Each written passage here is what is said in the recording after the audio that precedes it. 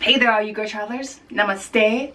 Seeing as I've been rolling out the videos for India, I thought I'd go ahead and start my travel survival series. It's something that I've been starting and I do every once in a while when I hit certain countries and there's a lot of information that I feel like I want to give to you, or a lot of questions that you've been asking me about that country. So I kind of bundle them all up into like 5 tips that I feel would be essential for you to know. So I realized the last time I did this series with Seoul, it was a 2-part series. One was on trip planning for Seoul and the other one was on surviving Korean culture. So I thought I'd go ahead and do the same thing with India because India is just a huge country. Here we go. Today's video is going to be on the top 5 travel essentials for surviving Indian culture. Number 1, you will need acceptance and an open mind. When most people ask me about India, I will start off saying it's a very challenging country to travel. And it's not so much because it's hard or it's dangerous. The challenging comes in that you will be seeing things that are almost like the flip side of Alice's looking glass. You will see things in a very raw and real way. One thing that shakes a lot of travelers, especially when they first arrive, is seeing an overwhelming amount of poverty and chaos. Slums, people that are poor, beggars and touts. That all exists. Accept it, move on. The cars, people, pedestrians, rickshaws, taxis, all of them are crossing the streets at the same time. There's like this very chaotic feeling. Accept it, move on. At the end of the day, you will have dirt under your nails from all the pollution. Accept it, move on. Your white hotel sheets might not always be white. Sometimes they're a little off-white, with little stains or little dirt specks now and then. Accept it. Move on. You will have to pay strict attention to hygiene. Watch that video. Accept it, move on. There are times that you will feel like India's a dirty country. If you're a germaphobe, don't go there. Accept it, move on. The truth is, despite all of that, there are travelers like myself who will fall in love with India even harder. It's almost like that exciting roller coaster ride. You're screaming all the way down, but when you finally reach the base, you realize that was fun, you want to do it all over again. The more closed-minded we are to accepting change or even going with the flow of it in India, the more that limits us from being connected with it. By accepting it all straight off, knowing that's how it's going to be, it almost kind of like removes the illusion so that you can actually see the real beauty of the country.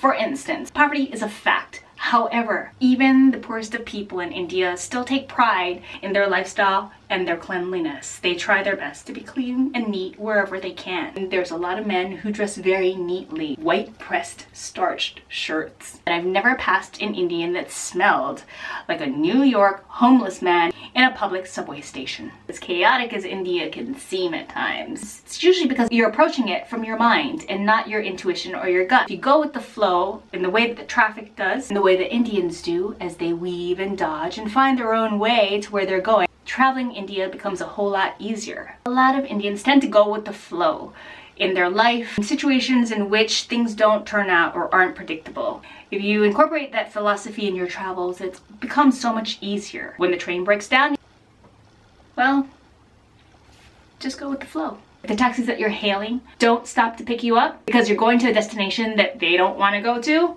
well, you just go with the flow and hail the next one, and the next one, and the next one, until someone picks you up.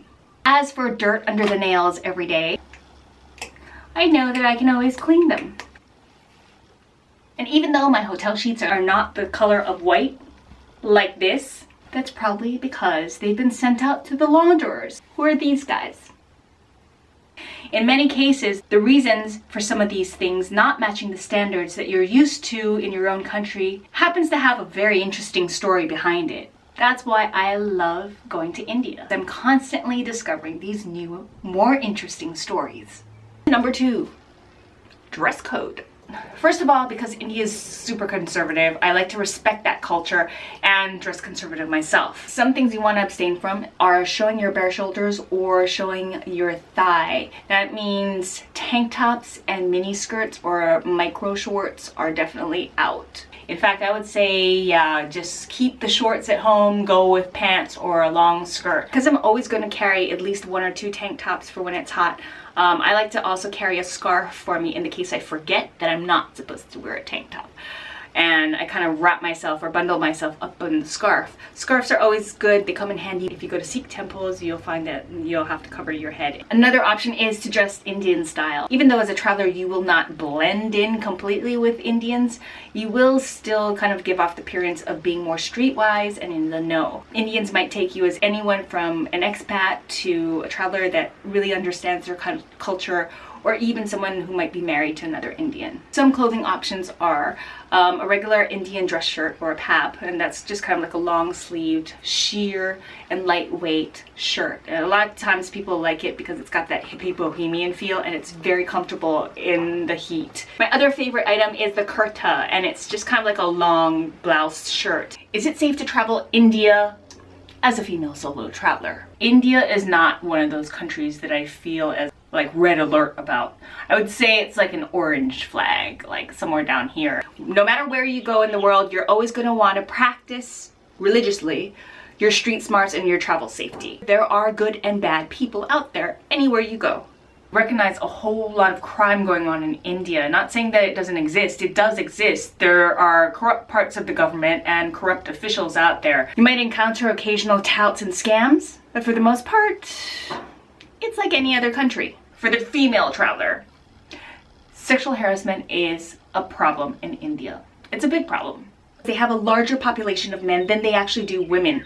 Not to mention the fact that Indian culture is very conservative. You will not see public displays of affection between men and women very common at all. In fact, that would be something I would say do not do if you're a couple. You will see brotherly love in the form of two men holding hands, and that's considered very normal. Because India is very conservative, things such as dress code are important, as well as understanding what's considered sexual harassment. The simplest things of men and women coming in contact with each other can be questionable.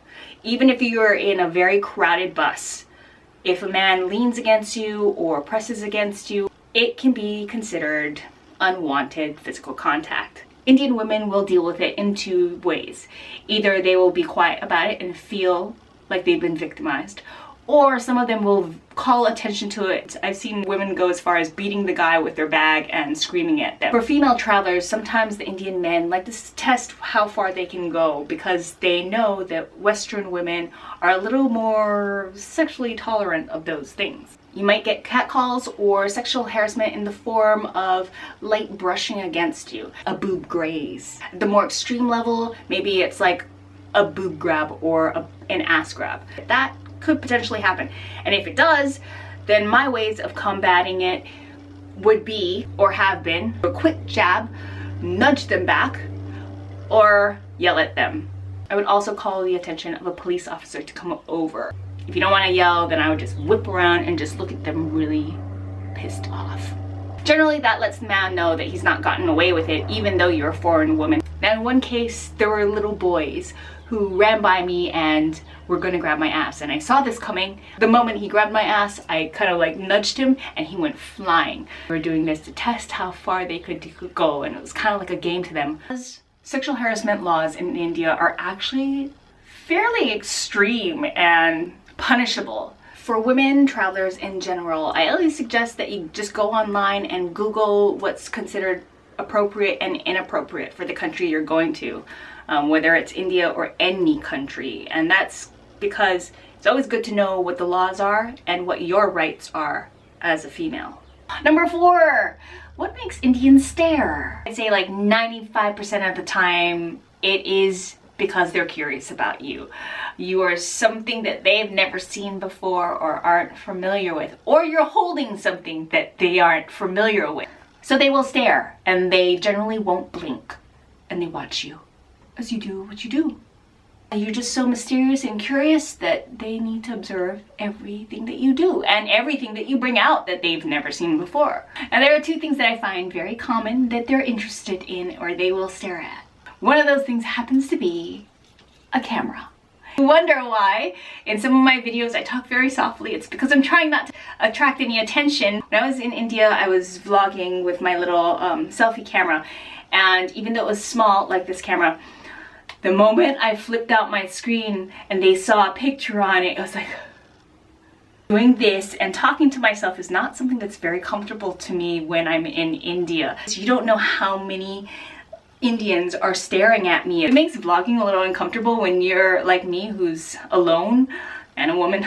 But this is something that can also be a great way to communicate with Indians, actually. So when you turn your camera on them, they're actually very enthusiastic and happy. It's literally hard not to be a good or great portrait photographer when you're in India, and the smiles that you will see lighting up on people's faces as you turn your camera on them will be just magical. You will like fall in love just with all their smiles. One thing that I like to do when I'm in India and they start staring at this camera, and of course I want to take photos of people. If I take photos of them, then I will definitely share it with them. I will flip out the screen and I will just show them their photo, and a lot of times they're really amazed. Indian people tend to see a camera and think of celebrities, stardom, Bollywood.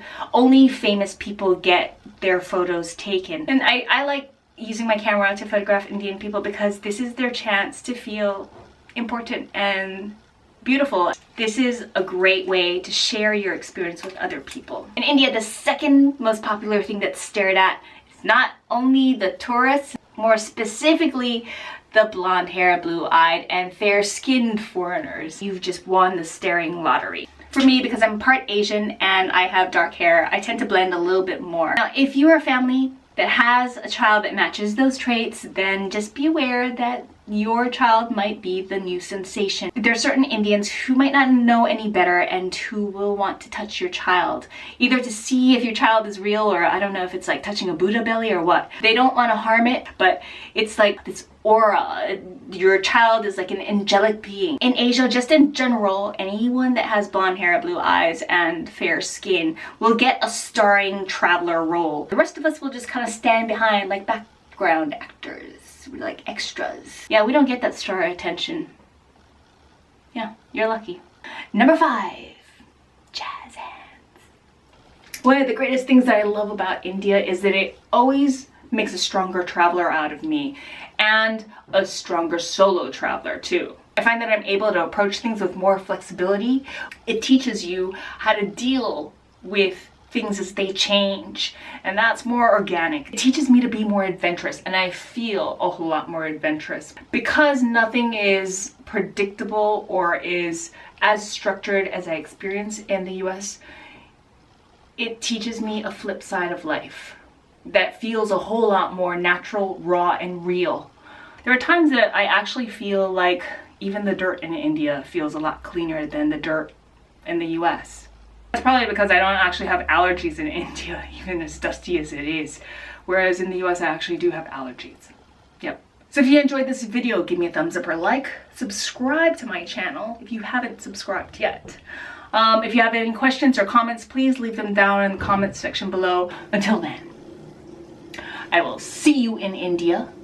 Travel safe, smart, and fun. May the grrrr be with you.